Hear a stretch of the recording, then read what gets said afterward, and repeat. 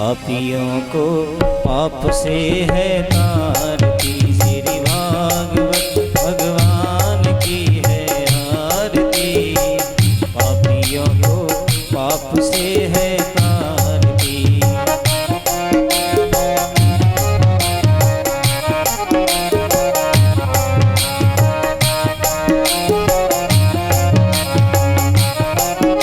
ये अमर ग्रंथ है मुक्ति पंथ, ये पंचम वेद निराला, नवज्योति जगाने वाला। पंच ये पंचम वेद निराला, नवज्योति जगाने वाला। हरि नाम यही हरि ध्यान यही, हर नाम यही हर नाम यही, जग के मंगल की आरती। पापियों को पाप से है तारती। भागवत भगवान की आरती। पापियों को पाप से है तारती। ये शांति गीत पावन पुनीत, पापों को मिटाने वाला, हरि दर्श कराने वाला। दर्श कराने वाला, हर दर्श कराने वाला। ये सुख करणी है दुख हरणी, ये सब करने मुख करने। श्री मधुसूदन जी की आरती। पापियों को पाप से है तारती। भागवत भगवान की आरती। पापियों को पाप से है तारती। ये मधुर बोल नव पंथ खोल, सद्मार्ग बताने वाला, बिगड़ी को बनाने वाला। मधुर बोल नव पंथ को सन्मार्ग बताने वाला, बिगड़ी को बनाने वाला। श्री राम यही घनश्याम यही, श्री राम यही घनश्याम यही, सबके महिमा की आरती। पापियों को पाप से है तारती। भागवत भगवान की आरती। पापियों को पाप से है तारती।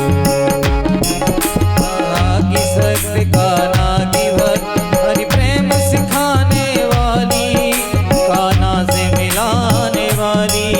कान्हा से मिलाने वाली, कान्हा से मिलाने वाली। हनुमान यही शंकर भी यही, हनुमान यही शंकर भी यही, दुर्गा भी यही राधा भी यही। दुर्गा भी यही राधा भी यही। नारद जी की आरती। पापियों को पाप से है तारती। भागवत भगवान की आरती। पापियों को पाप से है तारती। श्री भागवत भगवान की है आरती। पापियों को पाप से है तारती। श्री भागवत भगवान की आरती। पापियों को पाप से है तारती। कर्पूर गौरम करुणावतारम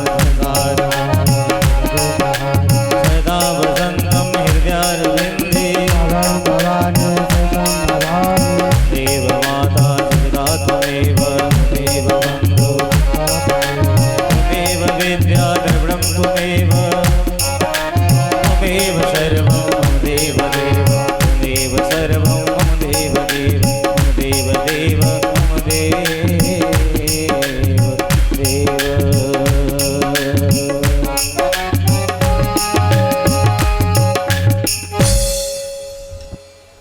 अकलकोट ब्रह्मांड नायक विश्वयंता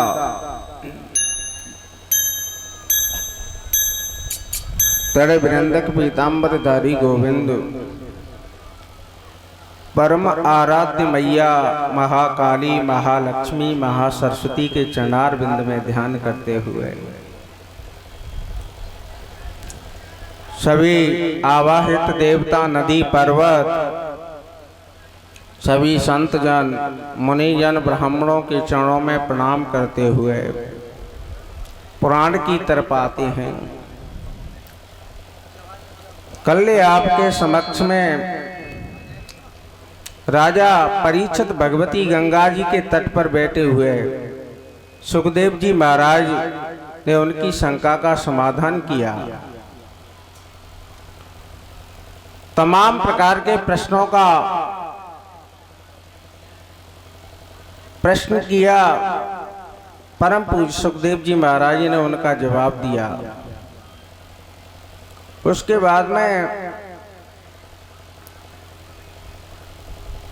भक्त विदुर जी महाराज के चरित्र का वर्णन किया। आगे चल करके महाराज सृष्टि में 12 भगवान का प्रादुर्भाव हुआ, हिरण्याक्ष का वध किया और इसी वंश में इसी स्कंद तृतीय स्कंद में कपिल देवहूति संवाद का वर्णन किया। चतुर्थ स्कंद में मैया सती अनुसुईया सती जी के चरित्र का वर्णन किया।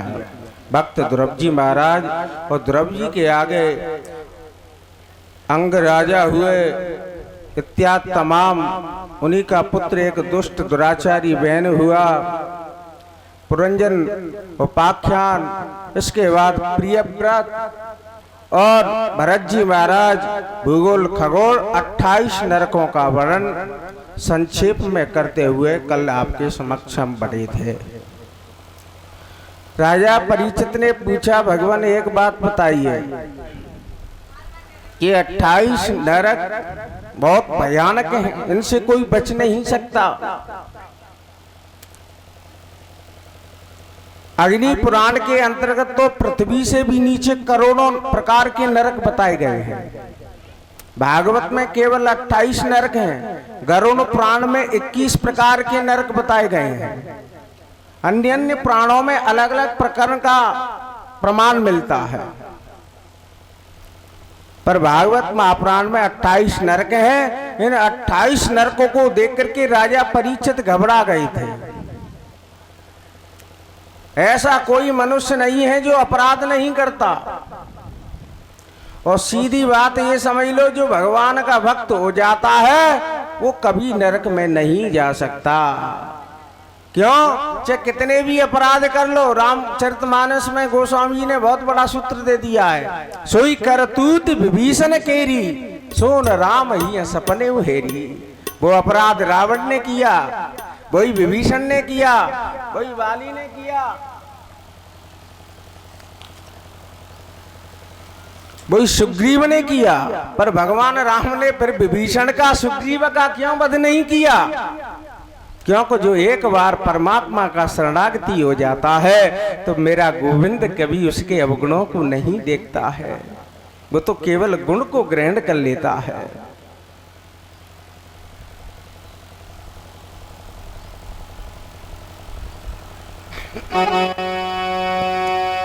मेरा आपकी कृपा से लाल की जय हो। पुनः उसी प्रसंग पर आए कि जो भगवान का भक्त हो जाता है, भगवान के चरणों में जो ध्यान लगा लेता है, गोविंद को अपना लेता है, तो उससे जीवन में कितने भी बड़े अपराध हो जाएं, गोविंद उसके अपराध को कभी नहीं देखता। राजा परीक्षित ने कहा कि महाराज ऐसी बात हम नहीं मानेंगे, क्योंकि हमें तो पूर्ण तरह से विश्वास होना चाहिए। ऐसा उदाहरण दो कि जिसका कोई प्रमाण हो। राजा परीक्षित ने कहा, महात्मा सुखदेव जी महाराज जवाब दे रहे हैं कि कान्य कुब्ज दुजा कश्यता दासी रपति रजा मिला न्यामनो नष्टो सदाचारो दास्या संसर्ग दूषिता। महात्मा सुखदेव कहते हैं कि राजन, कान्य कुब्ज में कन्नौज में एक ब्राह्मण रहता है, अंग्रा नाम के ब्राह्मण है महाराज। उनका पुत्र है जिसका नाम अजामिल है, और अजामिल ऐसा पुत्र हुआ, उनके जो ब्राह्मण देवता हैं वो कहते हैं पुत्र तुम समदा लाओ, हवन करो, यज्ञ करो। और ब्राह्मण का काम है यज्ञ जप तप करना, पूजा करना। अब जो ब्राह्मण का जन्म लेकर के भी भगवान की भक्ति नहीं करे, पूजा नहीं करे, तो गोस्वामी जी कहते हैं कि सोचनीय, उस ब्राह्मण को सोच करना चाहिए कि वेद से विहीन हो गया, पूजा पाठ नहीं करता। ये सोचनीय विषय है। और जप तप नहीं करता, तपस्या नहीं करता। तपोबल विप्र सदा बरियारा, ब्राह्मण के अंदर तपोबल होना चाहिए। महात्मा ब्राह्मण देवता कहते हैं कि हे पुत्र तुम जंगल में जाओ और समदा लाओ। पीपल की समदा ले करके आते हैं। कई बार जप तप आराधना करते हैं। एक दिन क्या हुआ कि वही अजामिल और जंगल में जा रहा है, एक बगीचे में एक परपुरुष को देखा, पर स्त्री के साथ में, पर स्त्री के साथ में देखा। वहां से अजामिल की बुद्धि बिगड़ गई। अपराध कहां से होता है? नेत्रों से देखने से प्रवेश कर जाता है। और यदि किसी के पास पाप हो जाए तो पाप का भोग भोगना पड़ेगा जीव को। शास्त्र कहता है पाप का भोग भोगना पड़ेगा, पर जो नारायण का होता है उसे भोगने ही भोगना पड़ता है। अब कुछ लोग जानबूझ के अपराध करते हैं, और जानबूझ करके जो अपराध करते हैं उसका प्रायश्चित किसी पुराण में नहीं है। जानबूझ जो संग्रह करई कहो मां भी काहे न मरही, उनका प्रायश्चित नहीं हो सकता। चलो एक थोड़े उदाहरण से समझो। आप घर में पोंछा लगाते हैं तो उस पोंछे के कपड़े को सर्फ से साफ किया जाता है, और यदि उसी कपड़े को रसोई में जो घी से तेल से बिगड़ा हुआ कपड़ा हो उसे कैसे साफ करोगे? गर्म पानी किया जाता है और उसमें सर्फ डाला जाता है, उसके बाद उसमें लाठी चार्ज किया जाता है, ठोका जाता है। तो इसी प्रकार छोटा मोटा पाप होता है तो धुल जाता है। यदि बहुत बड़ा पाप कर दिया तो यमराज आपके ऊपर लाठी चार्ज उसी प्रकार से करेगा जैसे खोलते हुए पानी में आपको डाल दिया जाएगा, खोलते हुए तेल में डाल दिया जाएगा। उसका प्रायश्चित जीवन में कभी नहीं हो सकता। तो ये ग्रंथकार कहते हैं उस अपराध को भगवान क्षमा कर देते हैं जो ना जानकारी में अपराध हो जाता है और गोविंद का बन जाता है। पुनः उसी श्लोक पे आए। कान्य कुब्जा दुजा कश्यता दासीर पतिर जामिला नामनो नष्टो सदाचारो दास्या संसर्ग दूषिता। कान्य कुब्ज नाम के ब्राह्मण अजामिल है। दासीर पतिर जामिला, यहाँ श्लोककार ने लिखा कि अजामिल की पहला विवाह हुआ, उसका सम्मान उसने नहीं किया, पहली पत्नी का सम्मान नहीं किया। अब तो वो कुकर्म करने लगा, उसने दूसरी स्त्री रख ली, दासी का पति हो गया, वैश्या का पति बन गया। और संसार में व्यक्ति समझ लो जो कुसंग में पड़ जाए तो जीवन में उसका उद्धार नहीं हो सकता। एक लब मात्र का सत्संग जीवन का उद्धार कर देता है, एक लब मात्र का कुसंग जीवन को पलट देता है। इसलिए जीवन में विचार करना चाहिए कि हमारी संगति कैसी है। ऐसा विचार जीवन में आना चाहिए। पुनः उसी प्रसंग पर आए। आज अजामिल भगवत भक्ति को छोड़ करके और कुकर्म की स्थिति पे पहुंच जाता है। समय आने पर महाराज उसने 5 वैश्याओं को रख लिया।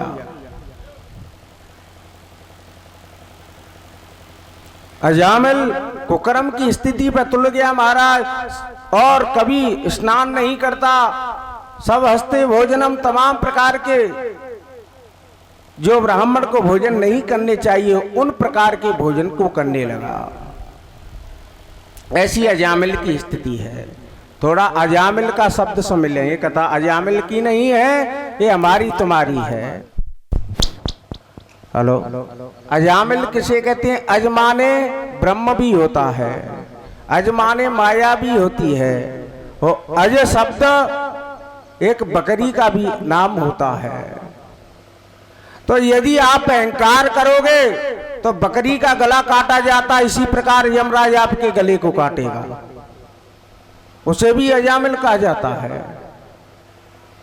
अजमाने ब्रह्म भी होता है, जो ईश्वर की भक्ति करेगा तो वो जीव ब्रह्म में भी मिल सकता है।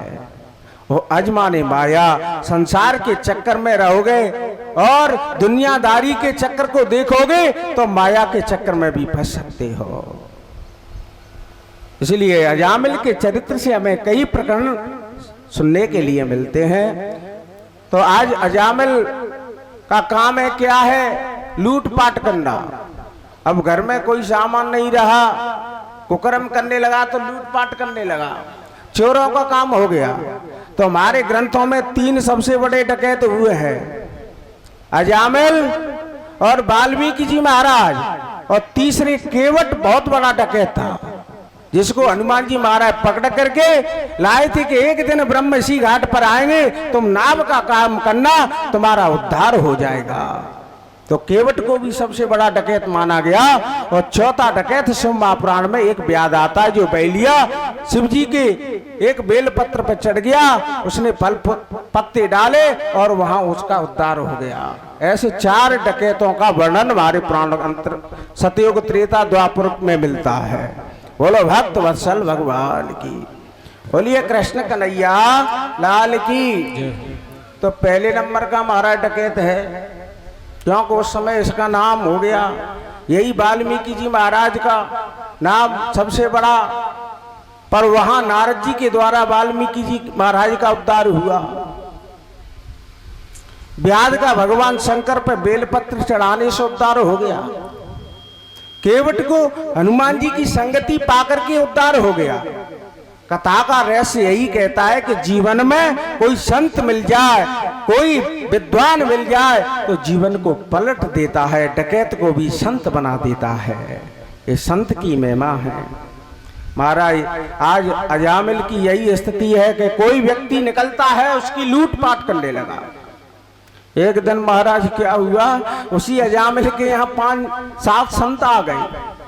अब गांव में पूछने लगे, संत लोगों ने पूछा, भैया इसमें कोई संत रहता है, कोई भक्त रहता है? उपहास करने लगे गांव के लोग, कहने लगे कि अजामिल से बड़ा कोई दुनिया में भक्त नहीं है, अजामिल के यहाँ चले जाओ। अब ये अजामिल की दशा है।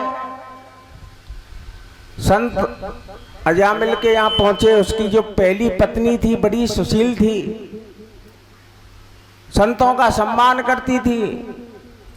संतों का आगमन हुआ। जो दूसरी जो दासी थी, संतों का दर्शन करने पर उसकी भी बुद्धि शुद्ध हो गई, संतों का सम्मान किया और भोजन पानी कराया। उसी समय अजामिल आ गया। अजामिल से कहा, हम संतों ने भोजन किया है, दक्षिणा नहीं दोगे? अजामिल ने कहा कि मैंने पूरी दुनिया के संतों के कमंडल को छुड़ाया, लंगोटी को छुड़ाया, तुमको हम दक्षिणा कहां से दे दें? हमारा काम ही लूटपाट का है।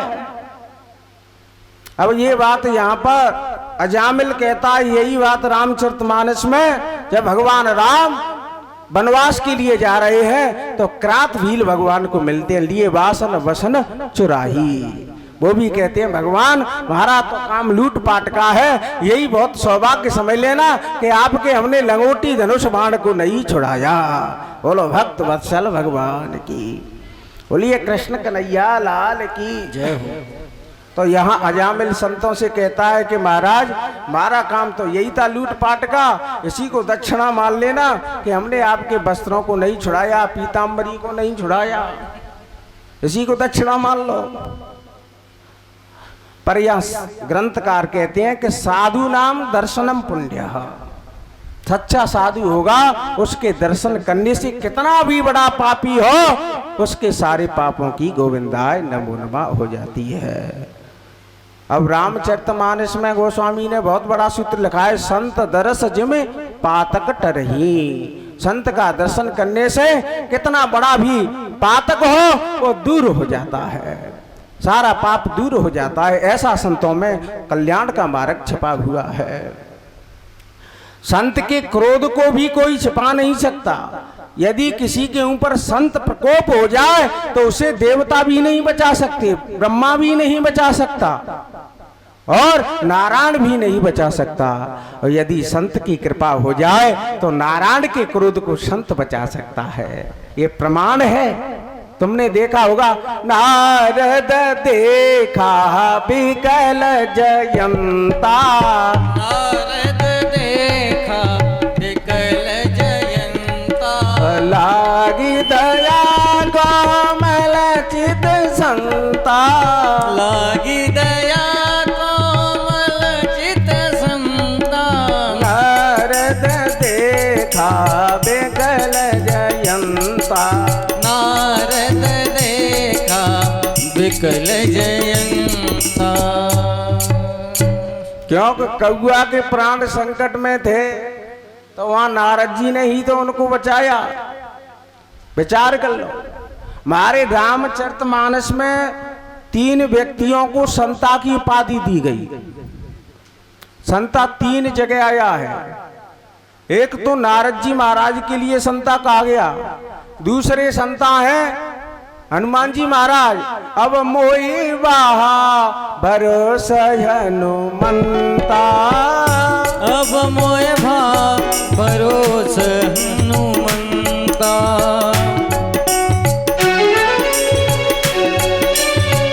अब नारद जी हैं, जनकपुर में जनक जी महाराज हैं। इतने विलक्षण संत हैं कि हर दमे नारायण उनका जप करते हैं। और तीसरे संत ये हुए, चौथे संत हैं भरत जी महाराज, स्वयं भरत जी का जप करते हैं। ऐसे 4 प्रकार की संताओं का वर्णन रामचरितमानस में आता है। तो यहाँ पर आया वर्णन के ऐसे संत महापुरुषों का आगमन हुआ कि अजामिल की बुद्धि निर्मल हो जाती है, सुकोमल हो गई। यहाँ ग्रंथकार कहते हैं, महाराज संतों ने कहा कि भैया हमें दक्षिणा दो। भोजन के बाद यदि कोई भोजन कराए और भोजन के बाद दक्षिणा नहीं दे तो उसका भोजन व्यर्थ हो जाता है। और ब्राह्मण संत को तो केवल भोजन ही चाहिए, ज्यादा जरूरत नहीं है। ये मैं नहीं कह रहा, आचार्य चाणक्य जी कह रहे हैं। विप्रातुष्यन्ते भोजने मयूरागन गर्जते। ब्राह्मण भोजन देख करके प्रसन्न हो जाते हैं और मोर बादलों को देख करके प्रसन्न हो जाते हैं। खल विपत्तेषु दुष्ट लोग दूसरे की विपत्ति को देख करके प्रसन्न हो जाते हैं। तो इसलिए ब्राह्मण को तो, संत को तो केवल भोजन मिल जाए उसी में पूरे जीवन की तपस्या को अर्पण कर देते हैं, आशीर्वाद प्रदान कर देते हैं। ऐसे ब्राह्मण संतों के अंदर और अनुभूति कारण छिपा हुआ है, दया का भाव छिपा हुआ है। पुनः उसी प्रसंग पर आए। महाराज आज अजामिल से कहा संतों ने कि भाई हमें दक्षिणा दो। उन्होंने कहा कि महाराज मेरे पास तो कुछ दक्षिणा है नहीं। संतों ने कहा कि हम ऐसी दक्षिणा नहीं मांगेंगे, तो कि अपने छोटे पुत्र का नाम तुम नारायण रख लेना, केवल हमारी यही दक्षिणा है। तो संत तो परोपकारी जीव होते हैं। उस अजामिल ने तो कह दिया कि हम छोटे पुत्र का नाम नारायण रख लेंगे। अब नारायण नाम रखने से जीव का कल्याण हो जाता है, कृष्ण नाम रखने से जीव का कल्याण होता है, गोविंद नाम उच्चारण करने से जीव का कल्याण होता है। पद्म पुराण के अंतर्गत में एक वर्णन आता है कि 10,000 पुण्येन, एक बार कृष्ण नाम लेने से 10,000 अश्वमेध यज्ञ का फल मिल जाता है। शत कृष्ण प्रणामी, भगवान कृष्ण के मंदिर में एक बार प्रणाम कर लो, 10,000 अश्वमेध यज्ञ का फल मिल जाता है। ऐसा कृष्ण नाम है, ऐसा राम का नाम है, ऐसा गोविंद का नाम है। फिर भी गोविंद के नाम को लेते नहीं हैं। आजकल तो हमारा टिंकू पप्पू गुड्डू पुकारते हैं, गोविंद के नाम को छोड़ करके कहां से कल्याण हो जाएगा। इसलिए चलते फिरते सोते जागते उस नारायण के नाम को याद करो, कल्याण हो जाएगा। पुनः उसी प्रसंग पर आते हैं। महाराज ऐसा संत कह करके वहां से चले गए। इधर महाराज एक दिन क्या हुआ कि उसी यम अजामिल ने देखा कि यम के दूत उसे लेने के लिए आए हैं। सपन में सूक्ष्म शरीर उसका खींच लिया, और जब शरीर खींचा उसी समय वो अपने पुत्र को पुकार रहा है, बेटा नारायण तुम कहाँ हो, मेरे लिए जल लेकर के आओ। तब तक विष्णु दूतों ने आकर के यमराज के दूतों को पिटाई शुरू कर दी। लेने के लिए आए थे अजामिल को, पर विष्णु दूतों ने आज मार प्रारंभ कर दी। यमराज के दूतों ने कहा कि हम ये तो बहुत बड़ा पापी हम लेने आए हैं।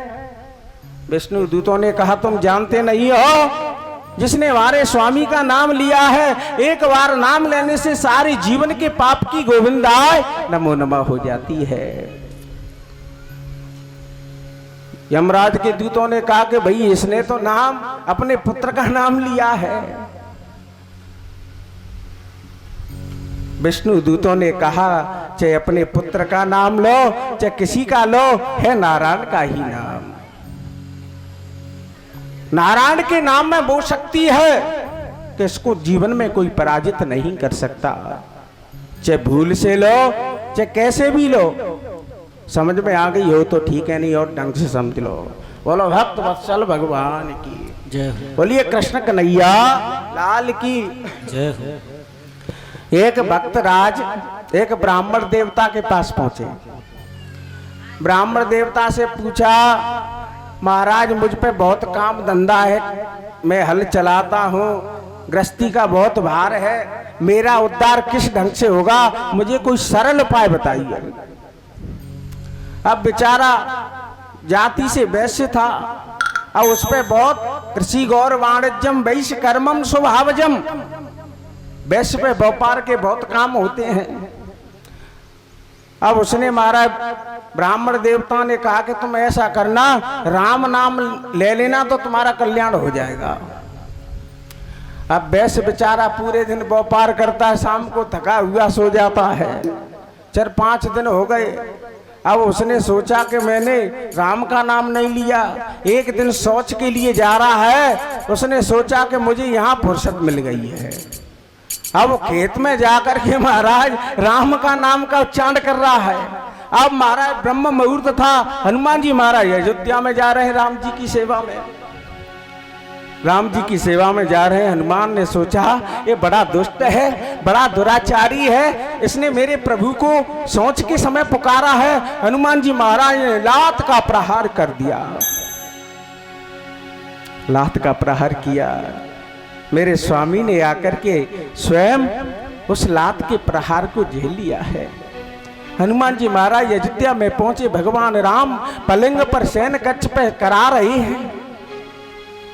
राम ने पूछा, राम को दर्द हो रहा है। हनुमान जी महाराज पूछते हैं, प्रभु आपको किसने कष्ट दिया, क्या कारण है? मेरे राम कहते हैं कि ऐसा दुष्ट तो केवल एक हनुमान ही हो सकता है।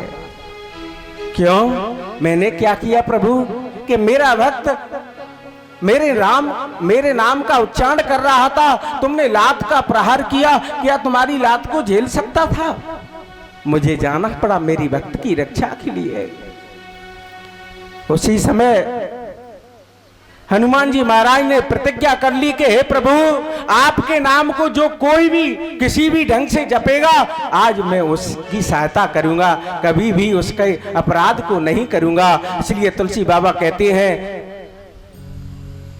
किसी भी भाव से, किसी भी ढंग से, किसी भी अवस्था में भगवान का नाम लो। भाव को भाव अनक आलस, भाव को भाव अनख आलस हूँ, भाव को भाव अनख आलस हूँ, भाव को भाव अनख आलस हूँ, नाम जपत मंगल दिस दस हूँ, नाम जपत मंगल दिस दस हूँ, नाम जपत मंगल दिस दस हूँ।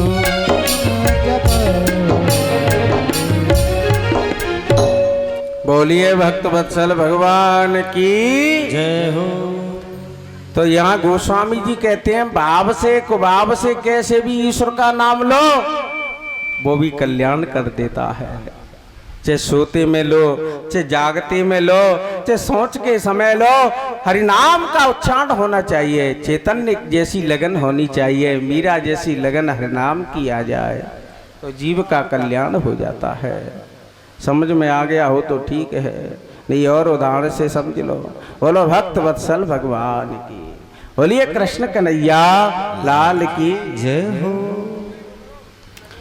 एक प्रसंग आता है, महाराज अयोध्या में बड़ा स्वागत सत्कार सभी विद्वानों का होता है। कोई भी संत आए, कोई भी ब्राह्मण आए, सबका बड़ा स्वागत होता है। एक दिन महाराज क्या हुआ, अयोध्या नगरी में विद्वानों की संतों की सभा लगी हुई है। इधर काशी नरेश आ रहा है, रास्ते में नारद जी बाबा मिल गए। नारद जी ने कहा काशी नरेश तुम सबके लिए प्रणाम करना, पर वहां जाकर के विश्वामित्र के लिए प्रणाम मत करना। विश्वामित्र के लिए प्रणाम मत करना। काशी नरेश ने कहा कि ऐसा नहीं हो सकता, देखिए सभी संतों का सम्मान किया जाए, केवल एक विश्वामित्र का अपमान किया जाए, ये अच्छी बात नहीं है। नारद जी ने कहा कि तुम ऐसे नहीं मानोगे, यदि तुमने किया तो हम तुम्हें श्राप दे देंगे। अब नारद जी के श्राप के कारण काशी नरेश मान गया। महाराज अयोध्या में आया, अयोध्या में सभा लगी हुई है। महाराज काशी नरेश ने राम के लिए प्रणाम किया, वशिष्ठ सभी के लिए प्रणाम किया, बड़े विद्वानों के लिए प्रणाम किया, पर विश्वामित्र के लिए प्रणाम नहीं किया है। महाराज सभा विसर्जित हुई और उसी समय संध्याकालीन विश्वामित्र ने कहा राम तुम्हारी आज सभा में मेरा कितना बड़ा अपमान हुआ है।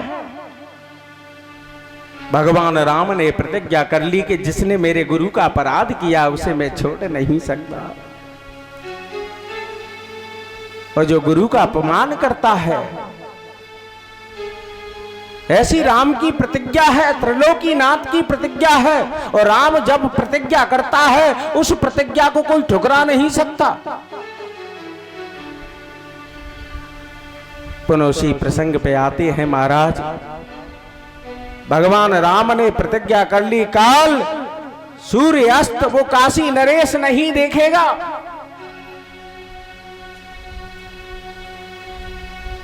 राम की प्रतिज्ञा है। इधर महाराज काशी नरेश को मालूम पड़ी कि राम ने प्रतिज्ञा कर ली है। अब काशी नरेश चारों तरफ भाग रहा है, मेरी कौन रक्षा करेगा। नारद जी महाराज की मुलाकात हो गई। काशी नरेश ने कहा कि बाबा तुमने मुझको मरवा दिया, जीवन संकट में डाल दिया। नारद जी ने कहा कि हम जिसको मरवाना जानते हैं तो बचाने का भी हमारे पास उपाय है, हम बचाना भी जानते हैं। काशी नरेश ने कहा कि आप कैसे बचा दोगे महाराज, कि आप जाओ, मैया अंजना रहती है, उनके चरणों में जाकर के प्रणाम करना, और जब तक मैया ये ना कह दे कि मैं तेरी प्राणों की रक्षा करूंगी तब तक तुम अपने उनके पैरों को मन छोड़ना। नारद जी के कहने पर महाराज काशी नरेश अंजना माँ के यहाँ पहुंचा। उसने प्रणाम किया, पैरों को पकड़ लिया। अंजना माँ ने कहा कि भैया क्या बात है। काशी नरेश ने कहा कि 3 बार वाचा भर दो कि मैं तेरे प्राणों की रक्षा करूंगा, तब मैं आपको छोड़ सकता हूं। मैया को दया आई। मैया ने कहा हम तुम्हें वचन देते हैं, हमारे पैरों को छोड़ दो, हम तुम्हें जीवन दान देंगे।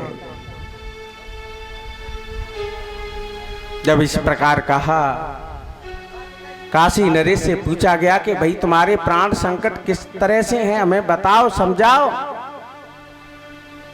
उन्होंने कहा कि भगवान राम ने प्रतिज्ञा कर ली है कल सूर्य अस्त का समय नहीं देखा जाएगा। काशी नरेश को अलग कर दिया। हनुमान जी महाराज आए हैं। हनुमान जी महाराज ने आज मैया अंजना ने कहा, पुत्र मैंने जीवन में तुझसे कुछ नहीं मांगा है,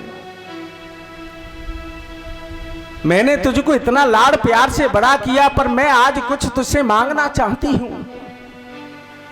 हनुमान जी ने कहा कि मैं अपने प्राणों को भी दे सकता हूं मां के चरणों में। हे मां, तुम मुझसे कुछ मांग लो।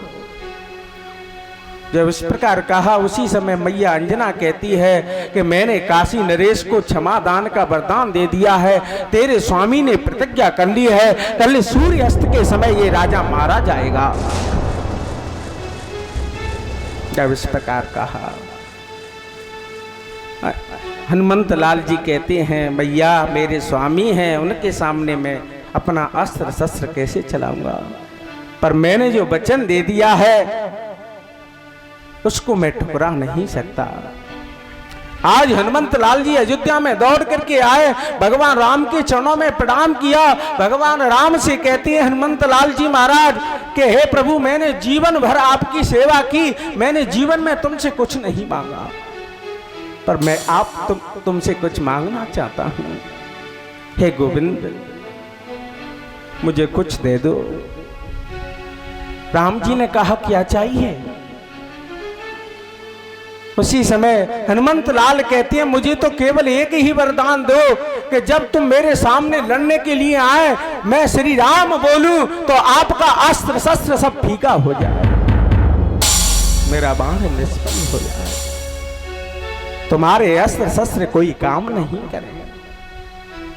जब इस प्रकार राम जी ने कहा, हनुमंत लाल तदास्तु ऐसा ही होगा, वरदान दे दिया। हनुमंत लाल जी महाराज चले गए। प्रातः काल हुआ, काशी नरेश को लेकर के हनुमान जी महाराज आ रहे हैं। इधर राम धनुष बाण को, सारंग धनुष को लेकर के जा रहे हैं। राम के नेत्रों में लाल मार रही है, भयंकर क्रोध आया। राम ने कहा, हनुमान तुम मेरे शत्रु के साथ लेकर के कैसे आए हो? मेरा शत्रु है। हनुमान ने कहा कि मैंने इसे क्षमा दान दे दिया है, पहले मुझसे युद्ध करना पड़ेगा। राम ने अपना अमोघ बाण निकाला। जैसे राम ने अमोघ बाण छोड़ा, हनुमान जी महाराज बोलते हैं, जय श्री राम, जय श्री राम। बाण निष्फल हो जाते हैं। दूसरा बाण राम ने छोड़ा, उसी समय कहने लगे, जय श्री राम। बाण निष्फल हो गया। तीसरा बाण छोड़ा महाराज। सूर्य अस्त का समय आ रहा है, राम की प्रतिज्ञा अधूरी होने जा रही है, कैसे पूर्ण हो? भयंकर दोनों में युद्ध चल रहा है। उसी समय महाराज क्या हुआ, उसी दृश्य को देखने के लिए आज महात्मा विश्वामित्र आए हैं। उसी दृश्य को देखने के लिए नारद बाबा भी उसी सभा में आ गए हैं। नारद ने कहा, अरे काशी नरेश, तुम यहां खड़े हो, जाकर के विश्वामित्र के चरणों में प्रणाम क्यों नहीं करते हो? नारद के कहने पर काशी नरेश ने विश्वामित्र के चरणों में प्रणाम किया है। उसी समय विश्वामित्र के जो क्रोध था शांत हो गया। विश्वामित्र ने कहा, राम अपने युद्ध को बंद कर दो। भगवान ने कहा कि प्रभु आपने तो आज्ञा दी कि नहीं, मैंने आज्ञा दी युद्ध की, और मैं भी युद्ध को विराम देने की आज्ञा देता हूं। तो कथा कहती है कि राम से भी अधिक भगवान के नाम में शक्ति है। इतनी राम में शक्ति नहीं है, उतनी उनके नाम में शक्ति है।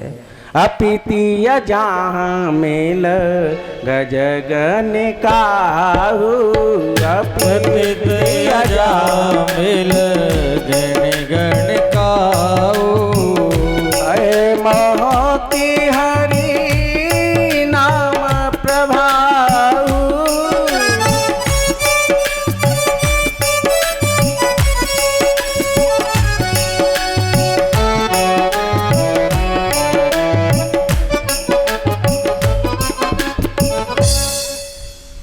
ऐसे भगवान के नाम में शक्ति है कि अजामिल जैसे पापी का उद्धारण राम नाम ने किया।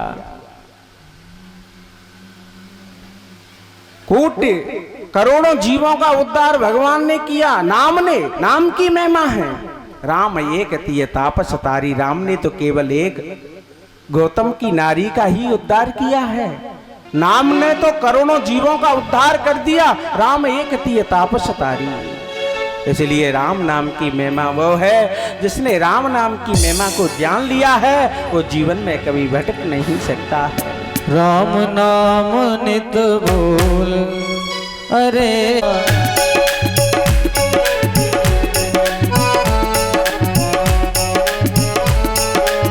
राम नाम नित बोल, अरे मन बावरिया। नित बोल, अरे मन बावरिया। बावरिया ओ बावरिया, अरे मन बावरिया। बावरिया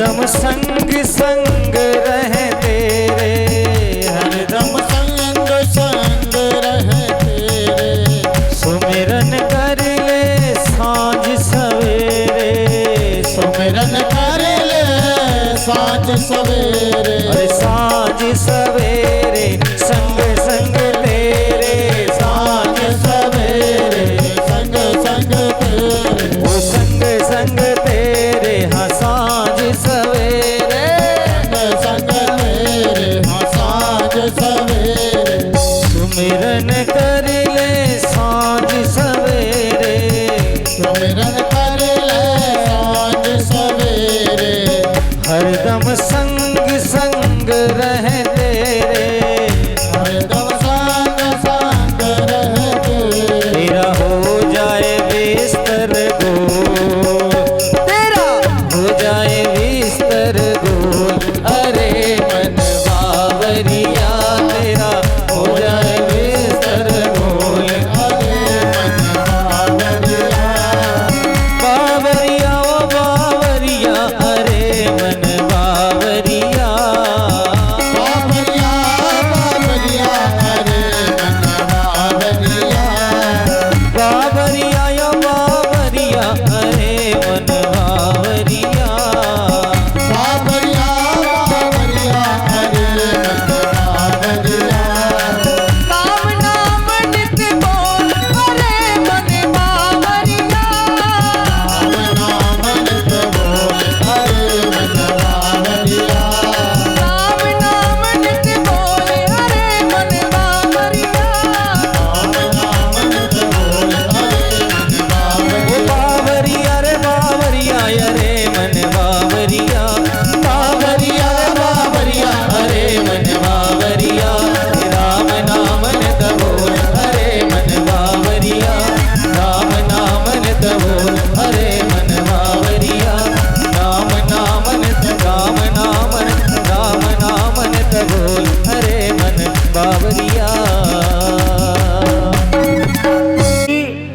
बोलो शंकर भगवान की जय हो। मैया।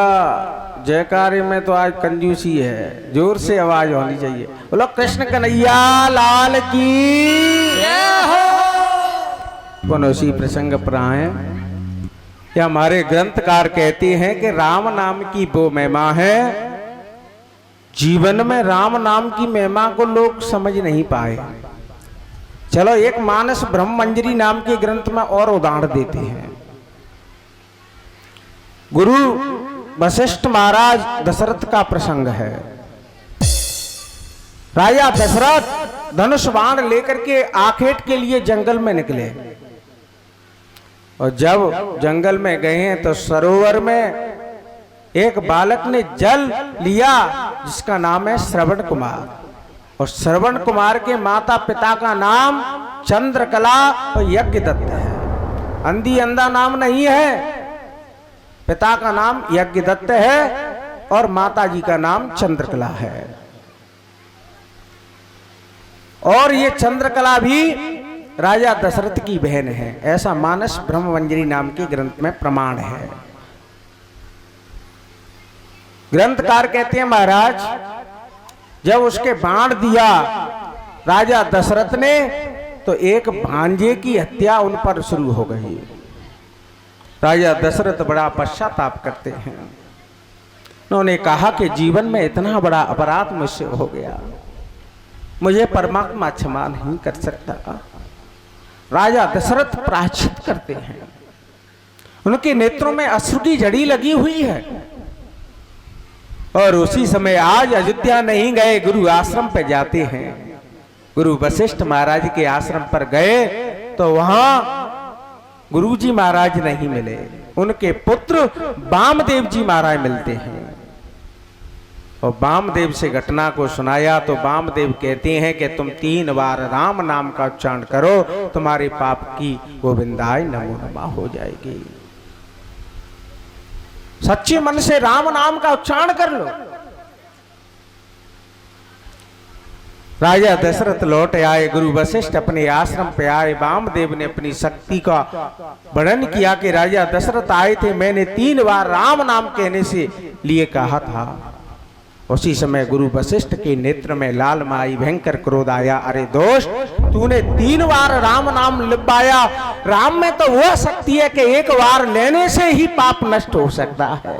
तूने राजा दशरथ से 3 बार राम नाम का उच्चारण करवाया, राम के नाम को तूने कलंकित किया है, इसलिए मैं तुझे श्राप देता हूं।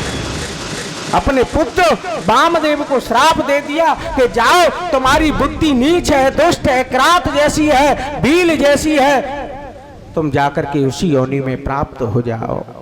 तुम्हारा वही वामदेव ऋषि और केवट बनते हैं। तब वो केवट कह रहा है कि मैं शपथ सांची का हूं, सत्य कहता हूं कि तेरे पिता के कारण ही मुझे इस योनि में आना पड़ा है। ये प्रमाण मानस ब्रह्मंजरी नाम के ग्रंथ में मिलता है। बोलिए भक्त वत्सल भगवान की, बोलिए कृष्ण कन्हैया लाल की। तो कथा कहती है राम नाम की महिमा वो है कि बड़े बड़े विद्वान भी नहीं समझ पाए। रमन्त योगिना राम, जिसको बड़े बड़े योगी भी अपने हृदय में रमण करते हैं, ऐसा ब्रह्म का नाम है। ऐसा योगी भी जिनका ध्यान करते हैं। ऐसी राम नाम की महिमा को आज अजामिल ने जान लिया अपने नेत्रों के सामने। यमदूतों को देखा, यमदूत मार खार कर उनके ऊपर लाठी चार्ज हुआ विष्णु दूतों का। यमराज धर्मराज के पास पहुंचे, महाराज तुम अपने बही खाते बंद कर दो, ब्रह्मा को सौंप दो, तुम्हारा कहीं कोई बोलो वाला नहीं है। हमें भी आज लाठी चार्ज प्रारंभ हो गया। आज यम धर्मराज भगवान के पास पहुंचता है, भगवान से कहा कि महाराज इतने बड़े पापी को भी तुम उद्धार कर रहे हो, हमारे नरक में कोई नहीं आएगा। तो भगवान ने आज बढ़िया ढंग से धर्मराज को समझा दिया कि जिनके मस्तक पर चंदन लगा हो, गले में तुलसी या रुद्राक्ष की माला जो कोई व्यक्ति पहनता हो, मेरा भूल से भी नाम का उच्चारण करता हो, उसको तुम कभी मत लाना। ये हमारा आज से कानून व्यवस्था दूसरी हो गई है। बोलो भक्त वत्सल भगवान की, बोलिए कृष्ण कन्हैया लाल की। जो भाव से कुभाव से कैसे भी भगवान का नाम जपो वो कल्याणकारी बन जाता है। अग्नि में जानबूझ के पैर रखो, उसका काम क्या है जलाने का, ऐसे ही मेरे राम का नाम है, जान के लो चाहे अनजान के लो, उसका काम तो पाप नष्ट करने का है। ऐसा राम नाम है। समझ में आ गया हो तो ठीक है, नहीं और उदाहरण भी समझ में आ रहा है। बोलो भक्त वत्सल भगवान की, बोलिए कृष्ण कन्हैया लाल की। एक ग्रंथ में वर्णन मिलता है कि एक भक्त शराबी था, और शराबी भक्त क्या है कि नाले में पड़ा हुआ है। एक महात्मा जी ने कहा कि भैया आज हमारे ठाकुर जी की व्यवस्था नहीं है, तुम ऐसा करो हमारे लिए पुष्प ही ले आओ। अब शराबी से तो नहीं कहा, एक दूसरे व्यक्ति बैठे उससे महात्मा ने कहा। शराबी कहने लगा नहीं बाबा इससे मत कहो, हमसे कहो, हम लाएंगे फूल। और शराबियों की आदत ही है, चाहे भले ही नाली में पड़े हो पर कहेंगे कि दुनिया के राजा तो अभी है। अब शराबी महाराज जाने लगा, एक अंजलि में पुष्प लेकर के आया और कहा कि बाबा अपने ठाकुर जी पर चढ़ा दो। अब एक फूल उसकी अंजलि से गिर करके नाली में गिर पड़ा। अब शराबी ने सोचा महात्मा ने फूल चढ़ा दिए, मैंने तो भगवान पे कुछ नहीं चढ़ाया। तो वो शराबी कह रहा है कि हे भगवान मेरा जो नाली का पड़ा हुआ फूल ही स्वीकार कर लो। महाराज भगवान इतने दयालु है कि उसका गिरा हुआ नाली के फूल को भी स्वीकार करते हैं। अब अंत समय आया, यमराज के दूत उसे लेने आए और उसके बाद में धर्मराज ने कहा कि भाई खाते में देखो कितना पुण्य किया इसने। चित्रगुप्त से पूछा गया, उसने कहा कि इसने जीवन में शराब के अलावा कुछ नहीं किया, शराब पी है और कोई काम धंधा नहीं किया, क्या फल देना चाहिए। और देखो इसने क्या किया है कि हमारा एक फूल चढ़ाया है, वो भी नाली का चढ़ाया हुआ है, नाली में गिर पड़ा था, कि इसका क्या फल है। धर्मराज ने आज्ञा दे दी कि हमारे बगीचे में ले जाओ, भगवान के दर्शन करा देना, बस यही फल मिल जाएगा। अब शराबी ने सोचा कि एक नाली के फूल से इतना हमें फल मिल गया, तो अनेक फूल चढ़ा देते तो कितना फल मिलता। तो बेचारा भक्त राज बगीचे में पहुंचा, उसने यमराज की बगिया के जितने फूल थे सबको तोड़ करके भगवान पे चढ़ाने लगा। तब तक भगवान के पार्षद आए और यमराज के पार्षदों की पिटाई शुरू कर दी, और भक्तों को, उस भक्त को, शराबी को लेकर भगवान के भक्त वैकुंठ लोक के लिए उसे ले जा रहे हैं। तो कथा कहती है कि कैसा भी फूल हो, कैसे भी उल्टा सीधा नाम लो, भगवान का नाम कल्याण करता है, ये दिमाग में हमेशा आना चाहिए। बोलो भक्त वत्सल भगवान की, बोलिए कृष्ण कन्हैया लाल की। पुनः उसी प्रसंग पर आए। आज अजामिल को बहुत बड़ा ज्ञान हो गया, उसने सामने प्रत्यक्ष प्रमाण देखा। अब भोजन करते समय, पानी पीते समय उसी छोटे बच्चे से बहुत बड़ा प्रेम हो गया। हर समय नारायण के नाम का उच्चारण करता है, नारायण के नाम को लेता है। अंत में महाराज उसने अपने बच्चों को सब कुछ दे करके हरिद्वार के समीप जाता है। वह नारायण की भक्ति की, और भगवान के यहाँ से एक विमान आया, उस विमान में बैठ करके अजामिल भगवत धाम के लिए प्रस्थान करता है। बोलिए भक्त वत्सल भगवान की, बोलिए कृष्ण कन्हैया लाल की जय हो। अब यहाँ से आगे एक कथा आती है कि जिसने गुरु का अपमान किया। शताब्दी एक्सप्रेस 2 प्रसंगों को लेकर के हम चलते हैं। इसके बाद में प्रहलाद जी का चरित्र, गजेंद्र मोक्ष, समुद्र मंथन, ये सारी कथा आपके समक्ष में वर्णन करेंगे। तुष्टा नाम के महात्मा स्वर्ग लोक में पहुंचे,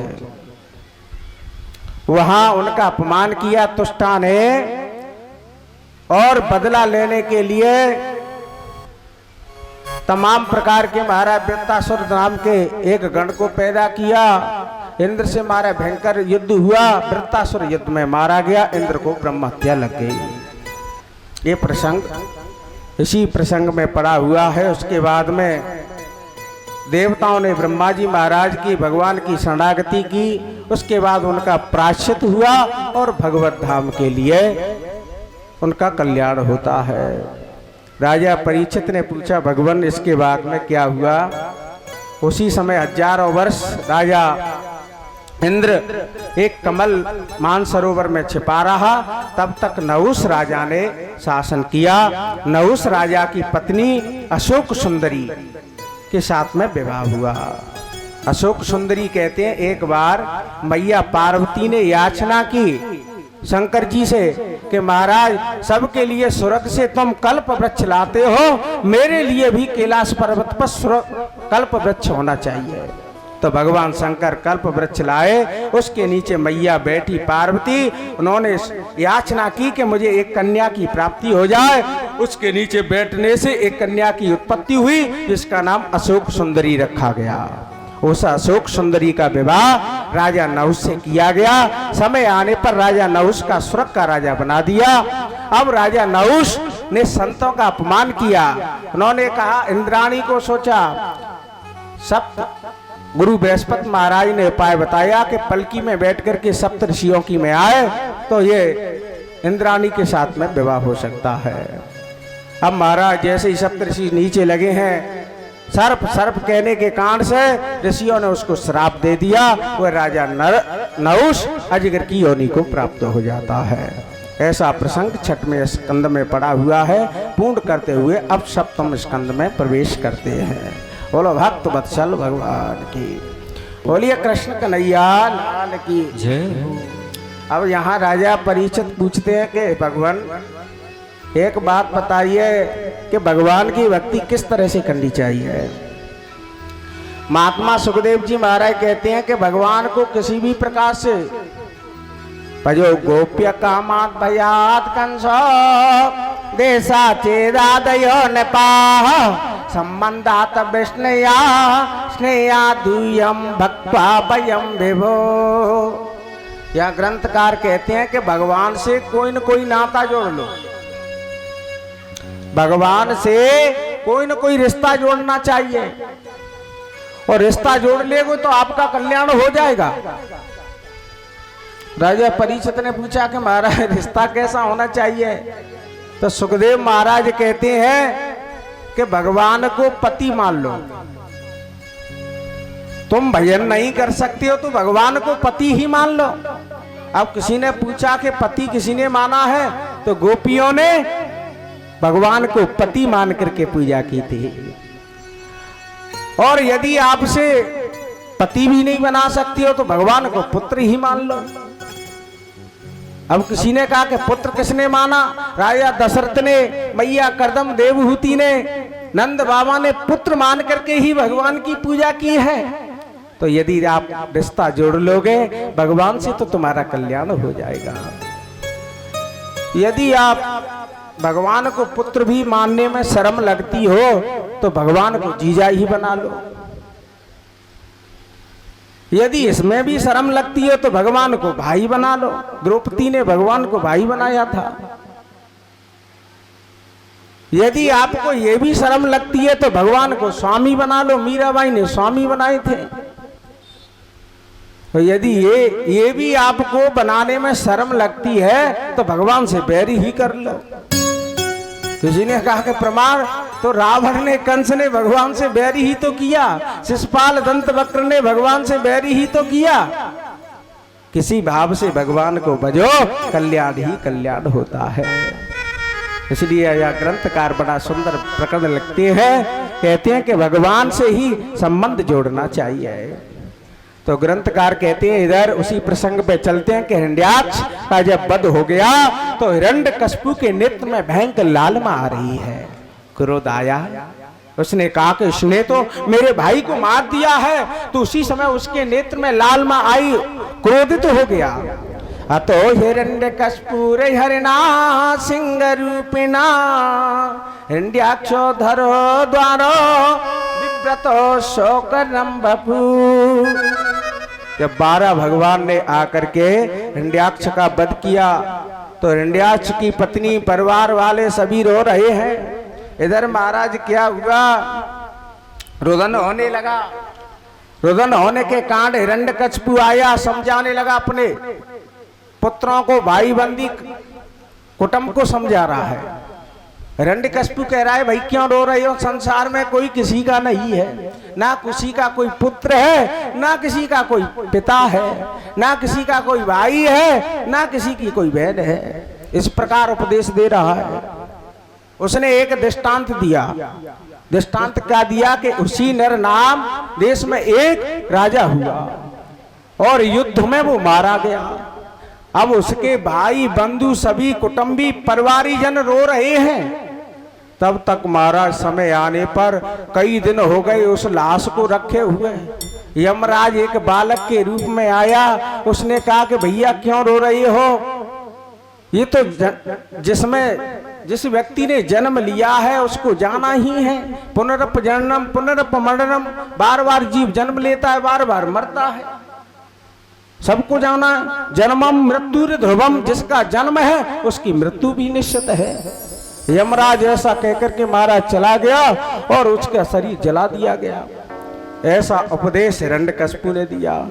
अब महाराज हिरण्यकशिपु तो यही उपदेश दे रहा है, पर हिरण्यकशिपु के हृदय में क्रोध की अग्नि जल रही है।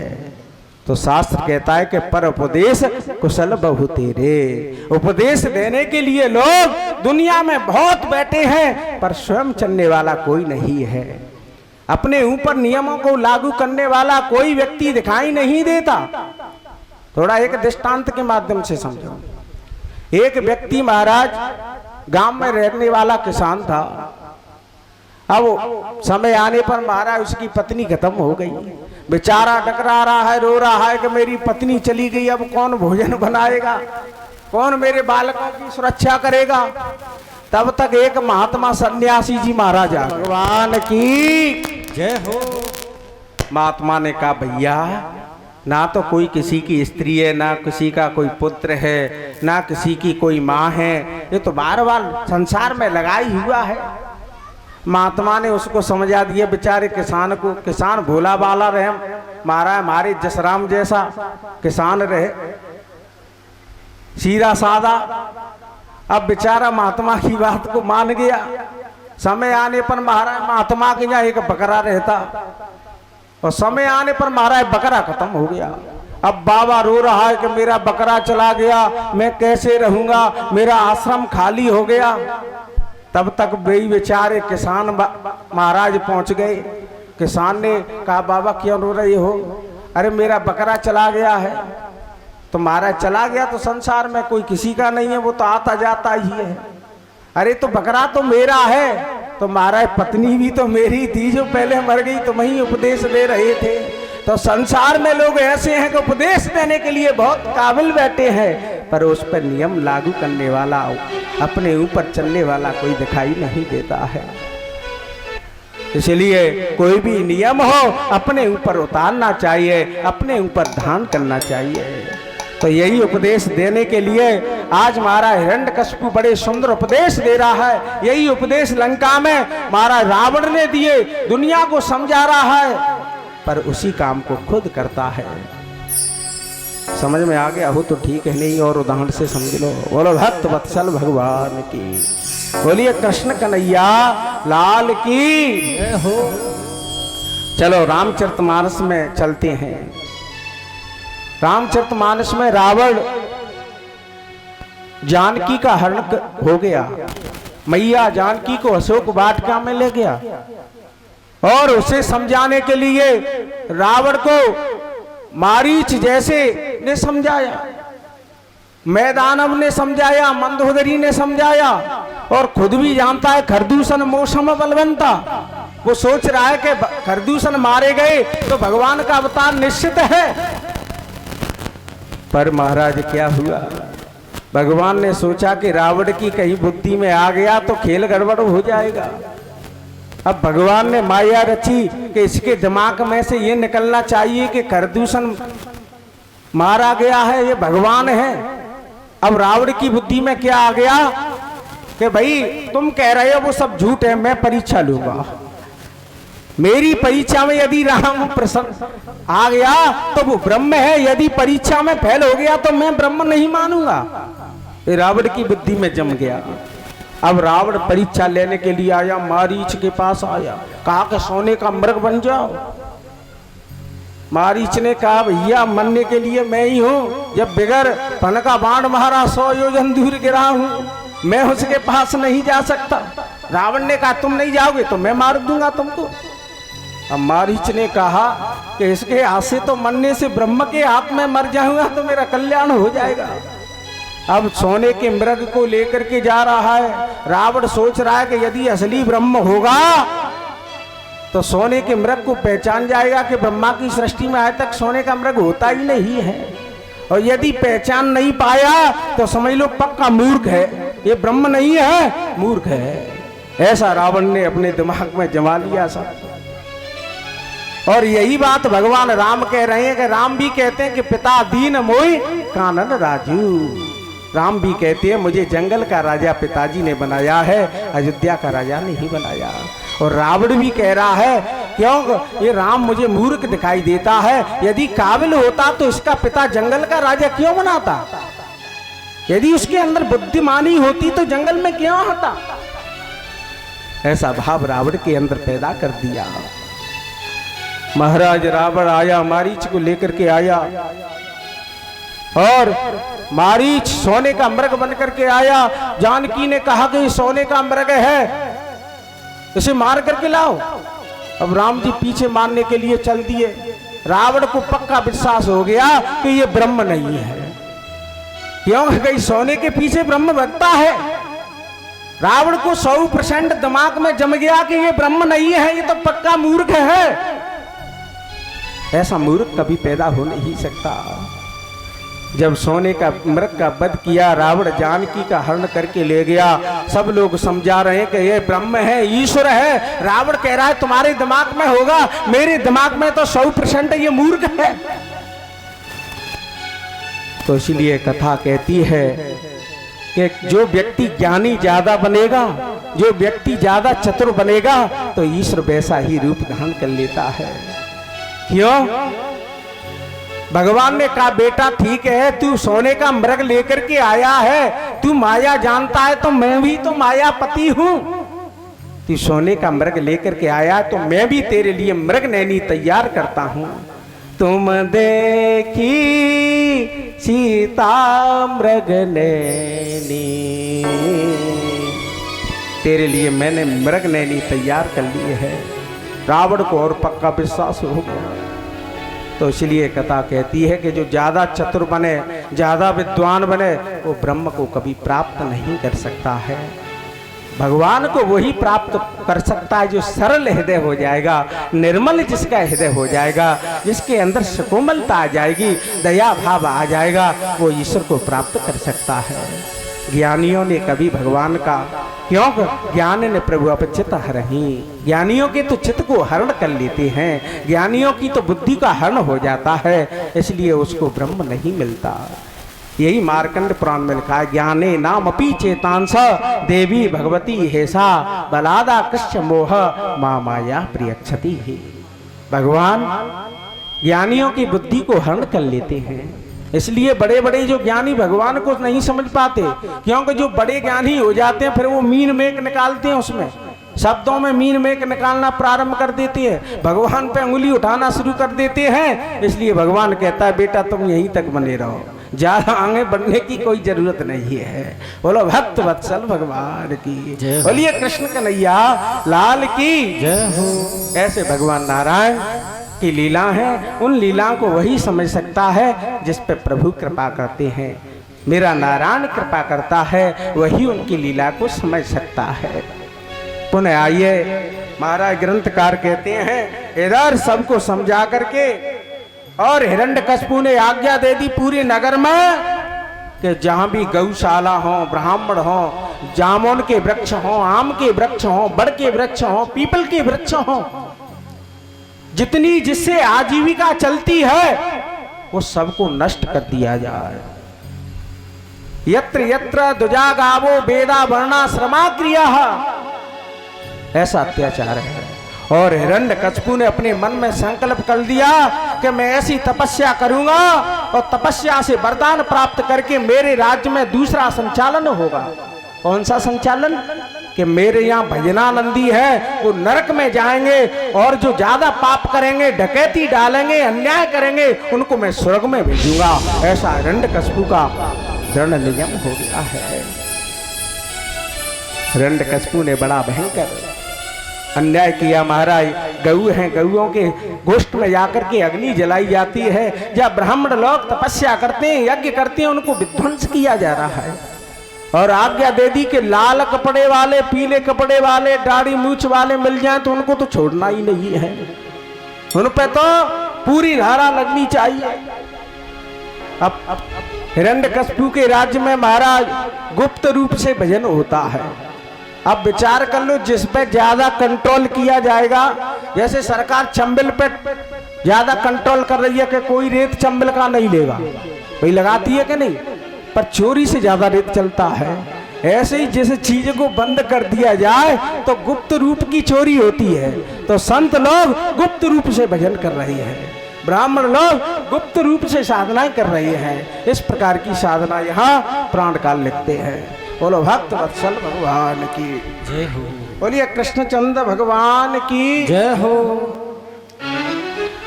आज महाराज पूरे नगर में महाराज अपने सेवकों को बुलाया, आज्ञा दे दी कोई भी ब्राह्मण शांत नहीं मिलना चाहिए। और उसने एक नियम और कर दिया कि माई कमेटी में आ जाए उससे मत बोलना। डकैती डालता हो, अन्याय करता हो, एक दूसरे के साथ छल कपट करे और हमारे धर्म को अपना ले, उसके साथ कोई व्यवहार उल्टा सीधा नहीं करेगा। एक नियम और निकाल दिया कि विष्णु को छोड़कर, शंकर को छोड़ करके हिरण्यकशिपु को भगवान मानेगा, उसको खूब माल दिया जाए, खूब जाकर के स्वर्ण आभूषण दिए जाएं। अब यही दुष्ट की पहचान है। दुष्ट लोग क्या कहते हैं कि हमारा नाम होना चाहिए, हमारी कीर्ति होनी चाहिए, और जो लोग अपनी कीर्ति में फंसते हैं उनका विनाश हो जाता है, उनका कभी कल्याण नहीं हो सकता। थोड़ा एक प्रसंग से समझ लीजिए। जो लोग ज्यादा कीर्ति के चक्कर में पड़ते हैं उनका विनाश हो जाता है। एक दृष्टांत के माध्यम से समझो। एक ज्योतिषी के पास महाराज कारीगर पहुंचा। उसने कहा कि महाराज हमारी हस्तरेखा देखो। हस्तरेखा देखी तो उसमें लिखा कि भाई तेरी आयु 10 मिनट की रह गई है। ज्योतिषी ने कह दिया तो महाराज क्या करें कि तुम काम क्या करते हो? कि महाराज मैं मूर्तिकार हूं, मूर्ति बनाता हूं। अच्छा मूर्ति बनाते हो तो आपको जैसी 5 मूर्ति बना लो और उसके 6ठी मूर्ति बीच में तुम बैठ जाना। काल आएगा तो लौट के चला जाएगा, किसको मैं ले जाऊं? ये तुम्हारा उपाय है। पर ध्यान रखना कीर्ति के चक्कर में मत आ जाना। कीर्ति में आ गए तो गड़बड़ हो जाएगा। अब उसने महाराज मूर्तिकार ने बढ़िया ढंग से मूर्ति बना करके तैयार की, उसमें खड़ा हो गया। अब यमराज के पास जो दूत आए उसने देखा कि भाई 6 मूर्ति एक जैसी है, कौन सी को ले जाएं? यमराज के दूत चले गए। अब यमराज से कहा, यमराज स्वयं आया मूर्तियों को लेने के लिए। अब यमराज भी चक्कर में पड़ गया। ब्रह्मा जी महाराज विष्णु भगवान के पास पहुंचा कि महाराज तुम ऐसी सृष्टि बनाते हो कि एक जैसी ही कईयों इकट्ठी हो गई हैं, बताओ किसको लेके आए?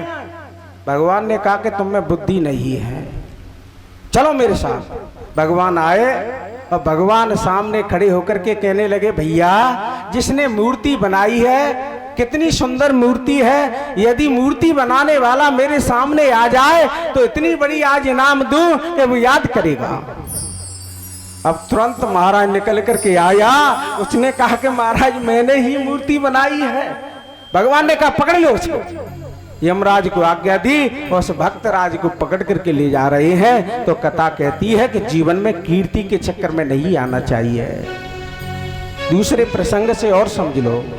रामचरितमानस में आ रहा है कि जब भगवान राम रावण का वध करके आए तो अयोध्यावासी कहने लगे कि भगवान राम ने रावण मारा है।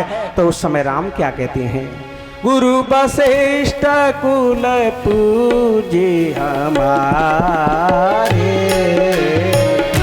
गुरु वशिष्ठ कुल पूजे हमारे, इनकी कृपा धनुज दल मारे, इनकी कृपा धनुज दल मारे।